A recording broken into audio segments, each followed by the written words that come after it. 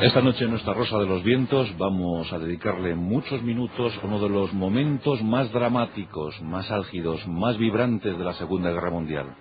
En el momento en el que todo empezó a terminar, el principio del fin para los ejércitos alemanes. Es el momento de Stalingrado, la gran batalla, en la que se vieron involucrados más de 2 millones de hombres, y más de 1 millón de esos 2 millones quedaron tendidos para siempre en el campo de batalla.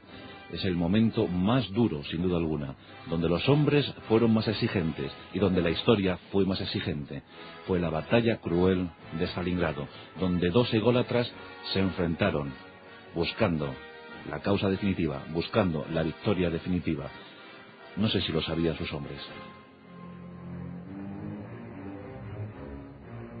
La Segunda Guerra Mundial es sin duda alguna la guerra más terrible de la historia. Muchos millones de muertos.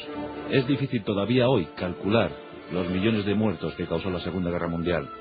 Si vemos las cifras oficiales, podemos observar cómo en el continente europeo fueron víctimas casi 40 millones de personas, 39.700.000 de un bando y de otro, mientras que en el extremo oriente, en el Pacífico, fueron víctimas más de 15.600.000. Bien es cierto que buena parte de estas víctimas la pusieron tan solo 2 países, Rusia y China.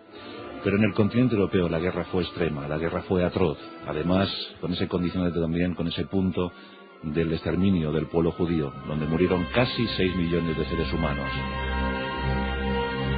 Una guerra que se prolongó a lo largo de 5 años y 8 meses, desde el 1 de septiembre de 1939 hasta el 7-8 de mayo de 1945 en el continente europeo, y que se prolongaría un poquito más todavía en el Pacífico,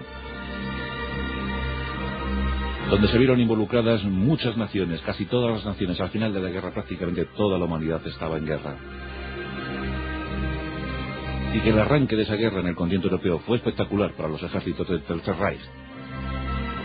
La invasión de Polonia, la guerra relámpago en Francia, y al fin la operación Barbarroja. En junio de 1941, Hitler mira definitivamente hacia el este, hacia el que él considera su principal y máximo enemigo. Ya no bastaba el pacto de acero, había que derrotar completamente a Stalin. Y Stalin, aunque fue pillado por sorpresa en principio, esperaba tranquilamente, pacientemente. Los ejércitos del Reich avanzaron de forma implacable, hasta que se toparon con el peor de los generales, el general Invierno.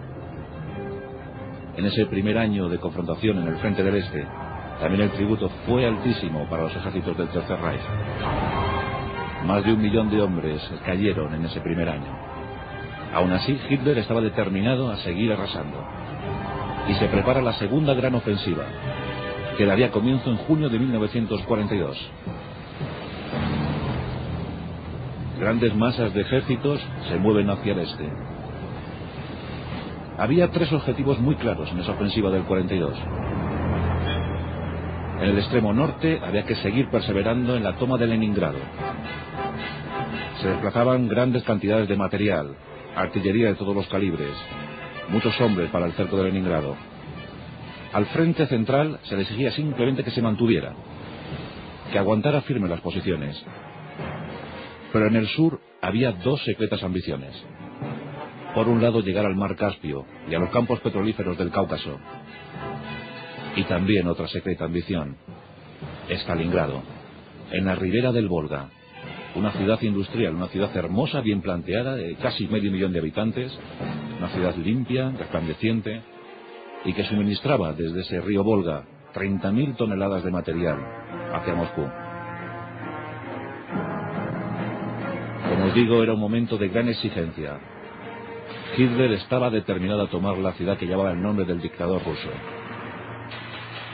El 6º ejército se moviliza hacia Stalingrado. Llegamos a agosto de 1942. Mientras que un grupo de ejércitos se dirige hacia el Cáucaso, el coronel general Friedrich von Paulus y su 6º ejército se acercan a las estribaciones de Stalingrado. Los rusos en principio son pillados por sorpresa. Von Paulus es consciente que necesita mucho material para tomar Stalingrado. Hoth, con su 4º ejército Panzer, está dirigiéndose hacia el Cáucaso y tiene que volver para echar un cable a Von Paulus. Pero al final esa toma de contacto se produce demasiado tarde y los rusos se habían fortificado ya en Stalingrado y esperaban, aguardaban a que llegara el enemigo. Agosto de 1942. Comienzan los bombardeos sobre Stalingrado. La Luftwaffe número 4 empieza a lanzar sus bombas sobre Stalingrado. Los Heinkels emplean a fondo. Los Stuka lanzan su carga mortífera. Stuka eran los celebérrimos cazabombarderos en picado, aquellos que se curtieron en los campos de batalla españoles. Las bombas caían sin cesar. Fue un tributo larguísimo para la población civil de Stalingrado, porque en esos combates preliminares, en esos bombardeos preliminares, cayeron 40.000 civiles. Pero ocurrió un hecho: los soviéticos estaban determinados a resistir. Stalin dio la orden: ni un solo paso atrás. El 62 ejército soviético iba a ser el cebo. Stalingrado se iba a convertir en la gran trampa para el sexto ejército alemán. Vasily Chukov, el gran general del 62 ejército, tenía que aguantar. Esa era su misión. Georgi Zhukov, desde el exterior, tenía que preparar la gran ofensiva. Y ya todos sabéis cómo preparaba las ofensivas Georgi Zhukov. Una acumulación ingente de material y hombres hasta que tuviera la superioridad numérica necesaria para arrasar al enemigo. Los alemanes combatían ya en los primeros barrios de Stalingrado. Aquellos bombardeos alemanes habían conseguido algo curioso, y es que todos los edificios derruidos de Stalingrado se habían convertido en fortines, en posiciones extraordinarias, erizadas hasta arriba, artilladas hasta arriba, donde los defensores se movían a su antojo. Los combates fueron despiadados. Los flancos del sexto ejército alemán eran unos flancos débiles.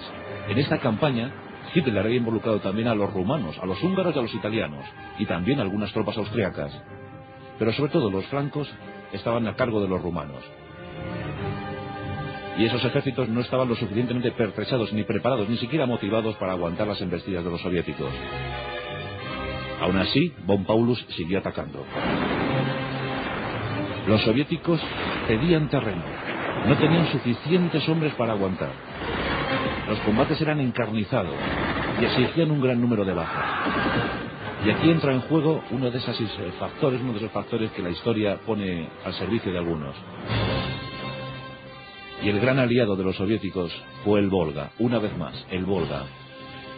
Aquella vía fluvial que pondría en contacto Stalingrado con Moscú, aquella vía fluvial, aquel río anchísimo, se convirtió en el gran aliado de los defensores soviéticos.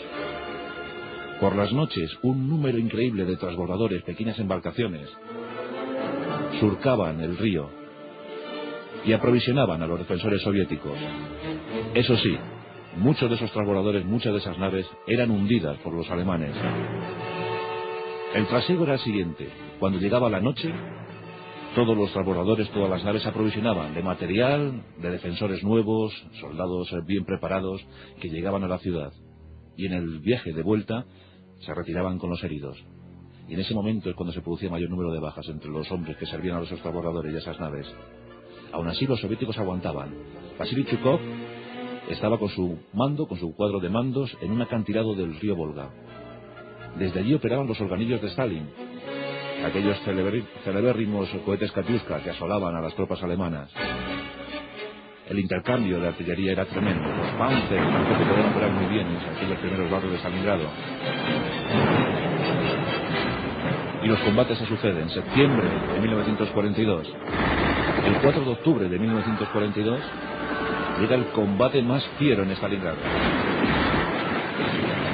Los hombres de von Paulus se acercan a lo que fue una antigua fábrica de tractores. La defensa de esta fábrica es encarnizada. Centenares de hombres mueren en el empeño. Aquí también fueron determinantes las tropas de asalto alemanas, muy cualificadas, muy bien preparadas, pero con un altísimo número de bajas. Un batallón de asalto alemán podía costar unos 400-500 hombres. Queda constatado que en la batalla de Stalingrado, en cualquiera de estos asaltos, uno de esos batallones se veía mermado en un 85%. Haceros una idea.